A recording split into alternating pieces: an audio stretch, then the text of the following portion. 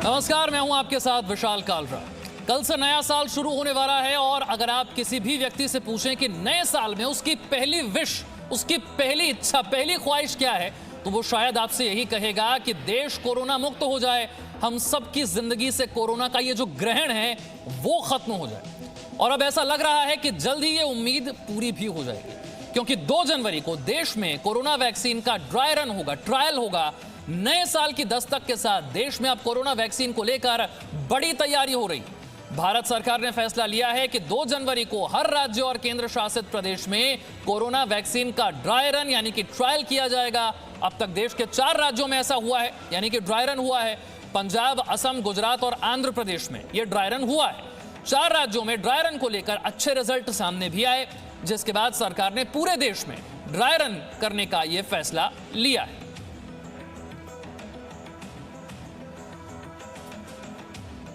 तो corona vaccination को लेकर देश की तैयारी क्या है, ये समझिए। 2 जनवरी को देश के सभी राज्यों में वैक्सीन का ड्राई रन किया जाएगा। देश के सभी राज्यों में कोरोना वैक्सीन का यह ड्राई रन होगा। इससे पहले 4 राज्यों में हुआ था, अब पूरे देश में होने जा रहा है। केंद्र सरकार ने सभी राज्यों को अलर्ट रहने के लिए कहा है। 4 राज्यों में वैक्सीनेशन का यह ड्राई रन हो चुका है, नतीजे अच्छे आए हैं। असम, आंध्र प्रदेश, गुजरात, पंजाब, ये 4 प्रदेश जहां के 2-2 जिलों में यह ड्राई रन हुआ था। 4 राज्यों में जो ड्राई रन हुआ उसमें अभी तक कोई खास दिक्कत सामने नहीं आई है। 96,000 वैक्सीन देने वाले स्टाफ को ट्रेनिंग दी गई है। 2,360 स्टाफ को राष्ट्रीय स्तर पर ट्रेनिंग दी गई है। 57,000 स्टाफ को जिले के स्तर पर 719 जिलों में ट्रेनिंग दी गई। वैक्सीन पर जानकारी के लिए जो हेल्पलाइन नंबर है वो भी जारी कर दिया गया है। ड्राई रन के लिए कॉल सेंटर स्टाफ को भी ट्रेनिंग दे दी गई है। ड्राई रन से वैक्सीनेशन की तैयारियों को परखा जाना है। जन भागीदारी के जरिए टीकाकरण को सफल बनाया जाए, ये तैयारी सरकार की। हमारे 2 सहयोगी इस वक्त हमारे साथ जुड़ रहे हैं, एक खास मेहमान भी हमारे साथ हैं। सबका परिचय आपसे करवाएं, लेकिन सबसे पहले ब्रह्म प्रकाश का रुख करते हैं। ब्रह्म प्रकाश, 2 जनवरी को ड्राई रन, ये ट्रायल, वैक्सीन लोगों तक पहुंचे उससे पहले ये ड्राई रन क्यों जरूरी है? इस ड्राई रन में क्या होगा, इससे क्या परखा जाना है? देखिए विशाल, सबसे पहले मैं बता दूं आज आपको कि स्वास्थ्य सचिव ने आज बड़ी बैठक ली है और सभी राज्यों के अधिकारियों के साथ और यूनियन टेरिटरी हैं उनके अधिकारियों के साथ भी ये बैठक ली है। और जो ये ड्राई रन होगा इसमें परखा जाएगा कि जो इंफ्रास्ट्रक्चर तैयार किया गया है वैक्सीनेशन के लिए उसमें कहीं लूप होल तो नहीं है, कहीं कमियाँ तो नहीं रह गई हैं। मैं आपको बता दूँ हर राज्य की राजधानी के 3-3 पॉइंट पर ये ड्राई रन होगा। और इसके अलावा महाराष्ट्र और केरल 2 राज्यों ने तय किया है कि राज्यों की राजधानियों के अलावा वो अपने अपने राज्य के बड़े शहरों में भी ये ड्राई रन करेंगे। और इसमें 25 जो है हेल्थ वर्कर वहाँ पर जहाँ पर ड्राई रन होगा वहाँ पर मौजूद रहेंगे। एक मेडिकल ऑफिसर जो हो राज्य की तरफ से होगा, नियुक्त होगा, वो रहेगा। और जो ये डेटा होगा, ये कोविन जो ऐप तैयार किया गया है इस पर अपलोड करना होगा, जिसमें ये परखा जाएगा कि कहीं कोई ग्लिचेज तो नहीं इसके दौरान आ रहा है। और साथ में ही राज्यों से ये भी कहा गया है विशाल के जो राज्यों के दूर दराज वाले इलाके हैं वहाँ पर भी ड्राई रन किया जाए और ये परखा जाए कि कहीं कनेक्टिविटी के लिहाज से कोई दिक्कत तो नहीं आएगी वैक्सीनेशन की प्रक्रिया के दौरान। और कहीं जो कोल्ड स्टोरेज चेन बनी हुई है वहाँ से वैक्सीन ले जाने, आखिरी पॉइंट तक ले जाने में क्या कोई दिक्कत आएगी। तो ये तमाम चीज़ें जो इंफ्रास्ट्रक्चर तैयार किया गया है बीते 4-5 महीने से केंद्र सरकार का एम्पावर्ड ग्रुप तैयार कर रहा है, उस पूरे इंफ्रास्ट्रक्चर को हर राज्य परखेगा। कहाँ कहाँ लूप होल्स हैं उनको सुधारा जाएगा। देखिए 4 राज्यों के 2-2 जिलों में पहले ही 28 और 29 दिसंबर को ये ड्राई रन हो चुका है। अब देश के सभी राज्यों और संघ शासित प्रदेशों में हो रहा है कि ताकि जो भी कोई कमियां रह गई हों उनको वक्त पर पूरा कर लिया जाए। क्योंकि आपको ये भी बता दूं कल ही 1 तारीख को बैठक है वैक्सीनेशन को लेकर जिसको मंजूरी मिलनी है। तो जो सब्जेक्ट कमेटी की बैठक है उसमें मंजूरी भी मिल सकती है। लिहाजा इसके पहले सरकार पूरी तैयारी 100% करना चाहती है, यही वजह है ये ड्राई रन हो रहा है। ठीक है, डॉक्टर संजय राय का मैं रुक करूं उससे पहले पूजा जरा मैं आपसे समझना चाहता हूं। पिछले कई दिनों से हम सुन रहे हैं कि वैक्सीन मंजूरी मिलना बस अब ये आखिरी स्टेज में ही, ये किसी भी दिन हो जाएगा। अब नया साल शुरू हो रहा है और सभी की इच्छा, सभी की विश यही है कि हमारी वैक्सीन कब आएगी। दुनिया के कई देशों में ये शुरू हो चुका है। देखिए विशाल, जो बात ब्रह्म ने कही कि कल एक मीटिंग होने वाली है जिसमें जो 3 वैक्सीन जिन्होंने आवेदन किया है, फाइजर की वैक्सीन, भारत बायोटेक और आईसीएमआर की कोवैक्सीन और साथ ही साथ तीसरी वैक्सीन जो सीरम इंस्टीट्यूट ऑफ इंडिया की कोविशील्ड है, ये तीनों को परखा जाएगा। और ये भी कोई बड़ी बात नहीं है विशाल कि कल की मीटिंग के बाद हम ये उम्मीद लगाएं कि एक नहीं 2-2 वैक्सीन को मंजूरी मिल जाए। कोविशील्ड पहले ही कह चुकी है कि हमारे पास स्टॉक मौजूद है, उनसे सिर्फ ये डेटा मांगा गया है कि भारत में जिन लोगों पर आपने ट्रायल किया वो कितना असरदार रहा वो बताइए। उन्होंने अभी तक केवल विदेश का डेटा दिया है। इसी तरह से जो दूसरी वैक्सीन है भारत बायोटेक और आईसीएमआर की, जिसमें डॉक्टर संजय राय भी प्रिंसिपल इन्वेस्टिगेटर हैं, कोवैक्सीन, उसको लेकर ये डेटा मांगा गया है कि तीसरे चरण के ट्रायल के बारे में बताइए, उसके नतीजे क्या रहे। उनको अब स्टडी किया जा रहा है और कल की जो मीटिंग है उससे सबको उम्मीदें हैं कि वैक्सीन आ जाएगी। लेकिन मुश्किल तब खड़ी होगी जब सरकार ये अनाउंस कर देगी कि वैक्सीन को मंजूरी मिल गई। उसके बाद लोगों में ये जो आपने कहा उत्सुकता रहेगी कि भाई वैक्सीन को अगर मंजूरी मिल गई तो मुझ तक कब पहुंचेगी और मुझे कैसे लगेगी। तो उसका ड्राई रन भी साथ ही साथ 2 जनवरी को प्लान कर लिया गया है देश भर में। और उसमें खासतौर पर यह देखा जा रहा है कि जो कोविन ऐप बनाया है जिसके जरिए वैक्सीन लगाने वाला व्यक्ति भी जुड़ेगा और लगवाने वाला भी, वो कहीं क्रैश तो नहीं करेगी, डेटा अपलोड करने में दिक्कत तो नहीं आएगी। ये सारी चीजें और तमाम तरह की जो मुश्किलें हैं उनका एक ड्राई रन 2 जनवरी को होगा। बिल्कुल, बहुत खास मेहमान है डॉक्टर संजय राय हमारे साथ है। डॉक्टर संजय राय, जैसा कि मैंने कहा, नए साल में लोगों की सबसे बड़ी ख्वाहिश, सबसे पहली ख्वाहिश यही है कि वैक्सीन दुनिया के कई देशों में लोगों तक पहुंच रही है, हमारे देश में हम तक कब पहुंचेगी? जैसा कि विशाल जी अभी पूजा बता रही थी कि कल की मीटिंग में 3 लोगों ने आवेदन किया हुआ है। हम उम्मीद करते हैं कि जो भी डेटा प्रोवाइड किया गया है, क्योंकि कुछ डेटा तो पब्लिक डोमेन में भी आ चुका है। जैसे मैं अगर बात करूं इसकी कोवैक्सीन की, फेज़ 1 फेज़ 2 का डेटा जो है काफ़ी इंकरेजिंग है दोनों पॉइंट ऑफ व्यू से, सेफ्टी के पॉइंट ऑफ व्यू से भी और इम्यूनोजेनिसिटी, मतलब जो न्यूट्रलाइजिंग टाइटर है एंटीबॉडीज़ का, वह काफ़ी इंकरेजिंग है और उसको जो है पब्लिश कर दिया है। सो पब्लिक डोमेन में इस समय अवेलेबल है। जो साइड इफ़ेक्ट्स थे उसके काफ़ी कम थे, अगर देखें तो माइनर साइड इफ़ेक्ट थे, मेजर तो कोई थे ही नहीं, माइनर साइड इफ़ेक्ट, और वो भी काफ़ी बड़े सैंपल साइज पे थे। 375 जो है फेज़ 1 में सैंपल साइज था, फेज़ 2 में 380 था। बहुत सी वैक्सीन्स ने, किसी ने 50 से ऊपर नहीं किया और कुछ ने तो 10 से 20 के बीच में ही फेज़ 1 और फेज़ 2 किया हुआ है। तो इतने बड़े सैंपल साइज में, क्योंकि जितना बड़ा सैंपल साइज होता है उसकी जो है विश्वसनीयता उतनी बढ़ जाती है, और उसमें जो है 10% के आसपास ही माइनर साइड इफ़ेक्ट्स आए हुए हैं। तो अगर बाकी से कंपेयर करें तो जो इंडियन वैक्सीन्स हैं इनमें जो है साइड इफ़ेक्ट बहुत ही कम है। सेम चाइना में भी है, इसी प्लेटफॉर्म पे यूज हो रहा है जो होल विरियन किल वैक्सीन है। दूसरा जो है फेज़ 2 में जो इम्यूनोजेनिसिटी देखा कि एंटीबॉडीज बन रहा है और क्या न्यूट्रलाइजिंग टाइटर बन रहा है कि नहीं, वो भी काफ़ी इंकरेजिंग रिजल्ट है। अलग अलग फार्मूलेशन का जो है 82% के आसपास जो है न्यूट्रलाइजिंग एंटीबॉडीज भी थे। तो एग्जैक्ट फिगर मुझे नहीं आ रहा है, बट वो 80 के अराउंड थे, थोड़ा सा उससे ऊपर ही था। तो काफ़ी इंकरेजिंग रिजल्ट है और हम उम्मीद करते हैं कि शायद कई वैक्सीन्स को जो है देश में मान्यता मिलेगी, अगर बट वो रेगुलेटरी अथॉरिटी का प्रोगेटिव है कि वो सारा एविडेंस देखने के बाद क्या निर्णय लेते हैं। बट हम उम्मीद ज़रूर करते हैं कि जल्दी ही इस देश को एक वैक्सीन मिलेगी। और जहाँ तक खुशी की बात है, जब तक पूरी दुनिया से इस टाइप की बीमारी नहीं खत्म होती है तब तक एक हमेशा थ्रेड रहता है। तो हम यही नहीं, अपने ही देश की नहीं, क्योंकि हिंदुस्तान जो है जिस तरीके का मैन्युफैक्चरर है, एक बार यहाँ अगर शुरू हुआ तो पूरी दुनिया के और ऐसे देशों को जहाँ पे वैक्सीन नहीं पहुँच पा रही है, नहीं बन पाएगी, वहाँ भी सप्लाई करके पूरी दुनिया को मुक्त करने में हम शायद योगदान देंगे।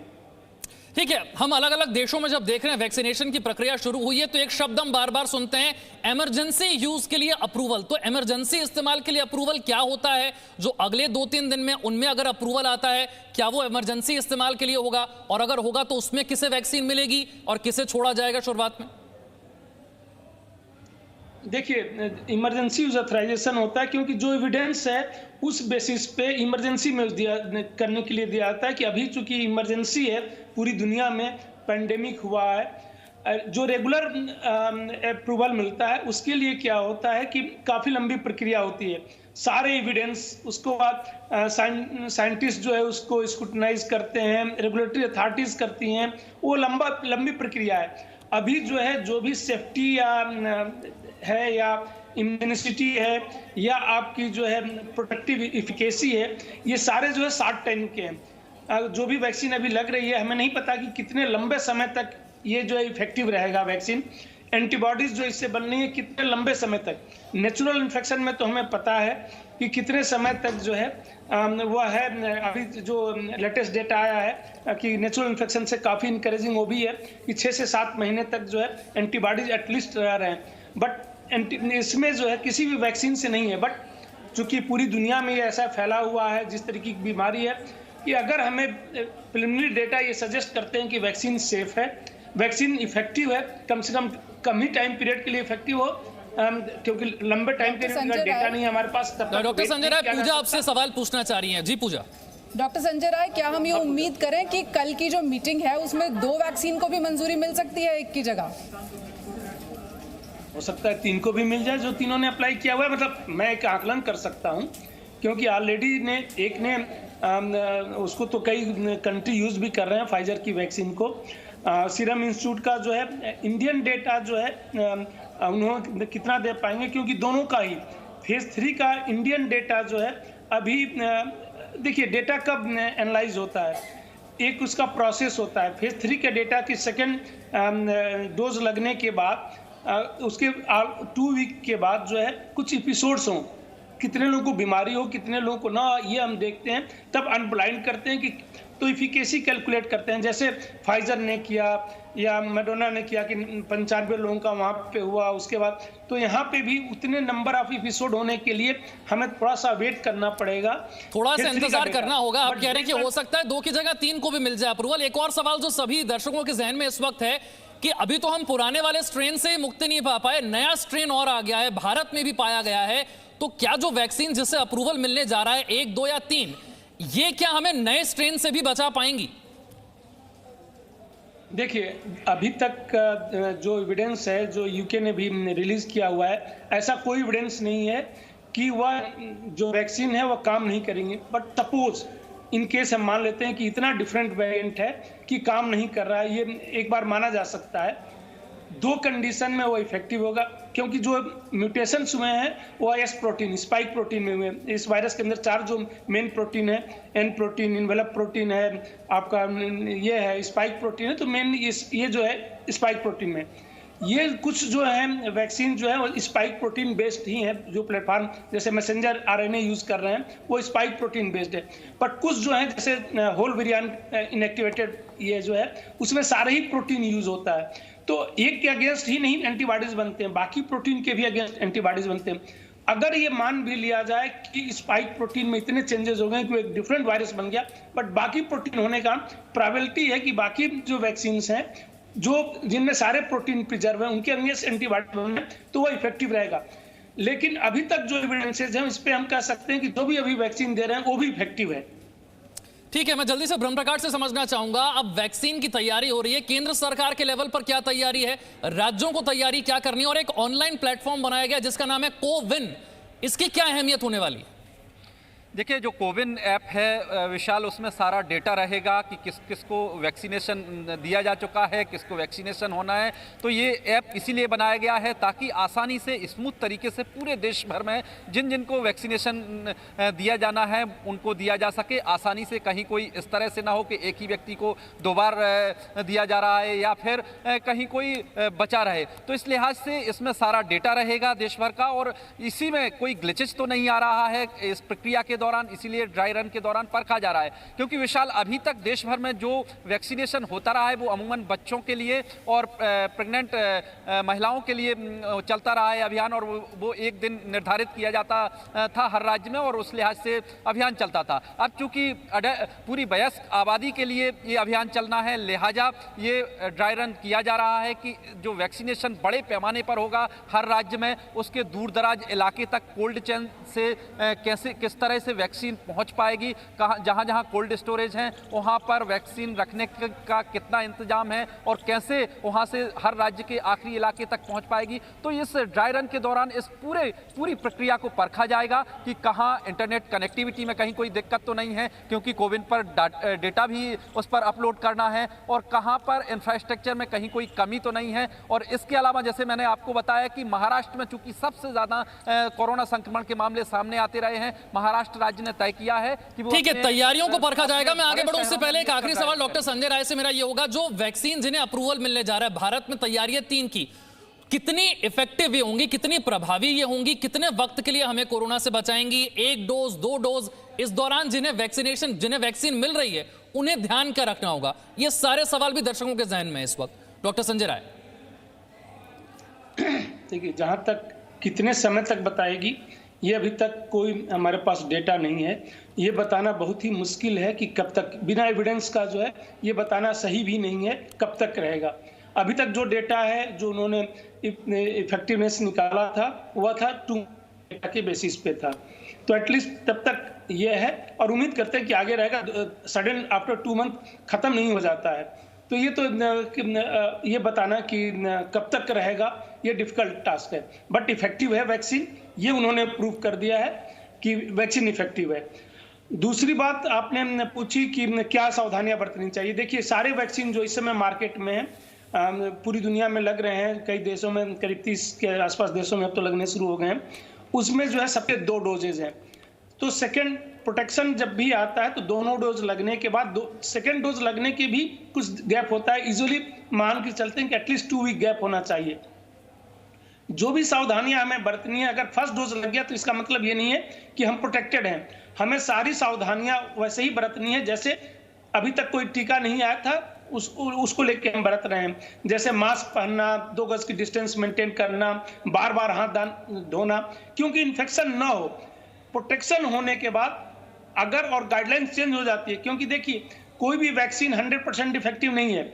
जितनी वैक्सीन है, मडोना है, आपका ये है फाइजर का है, वह अराउंड 95% के आसपास है। जो ऑक्सफोर्ड का है वह एक्चुअल 62.1% है।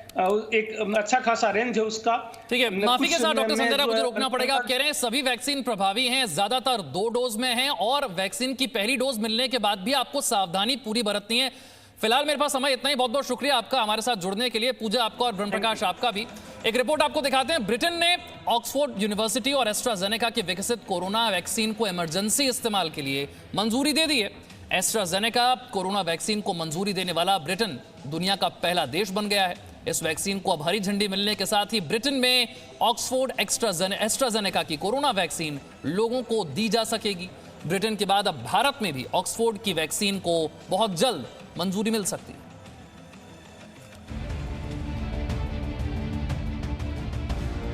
नया साल लाएगा 2 खुशखबरी। एक नहीं बल्कि 2 वैक्सीन की मिल सकती है सौगात।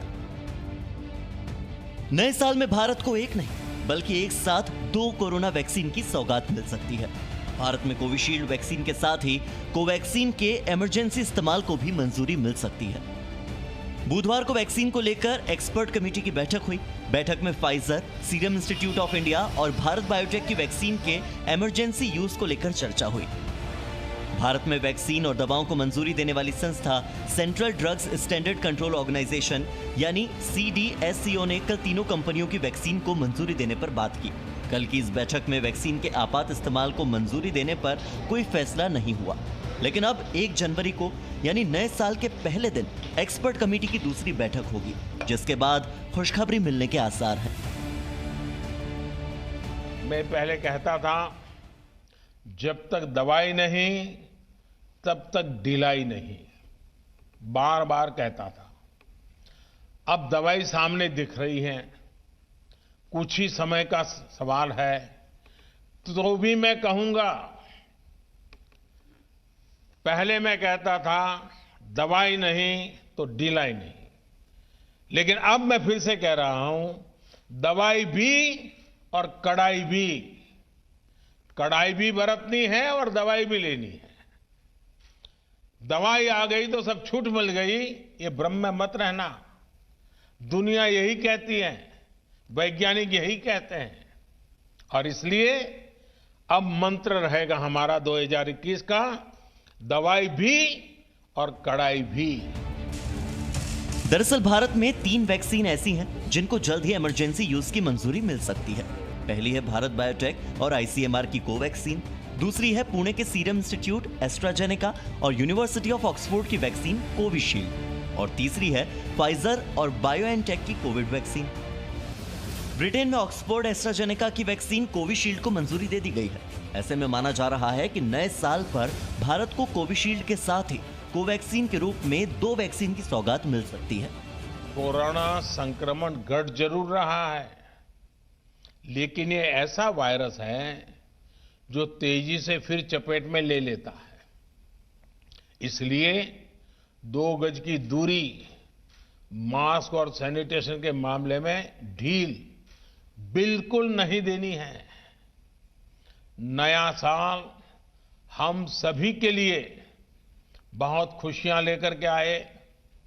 आपके लिए और देश के लिए नया साल मंगल हो। सूत्रों के मुताबिक सीरम इंस्टीट्यूट ने कोविशील्ड वैक्सीन की सुरक्षा को लेकर जो डेटा भारत सरकार को सौंपा है वो ब्रिटेन और ब्राजील के लोगों पर किए गए परीक्षण का डेटा है, जबकि CDSCO ने सीरम इंस्टीट्यूट से इसका भारत से संबंधित डेटा मांगा है।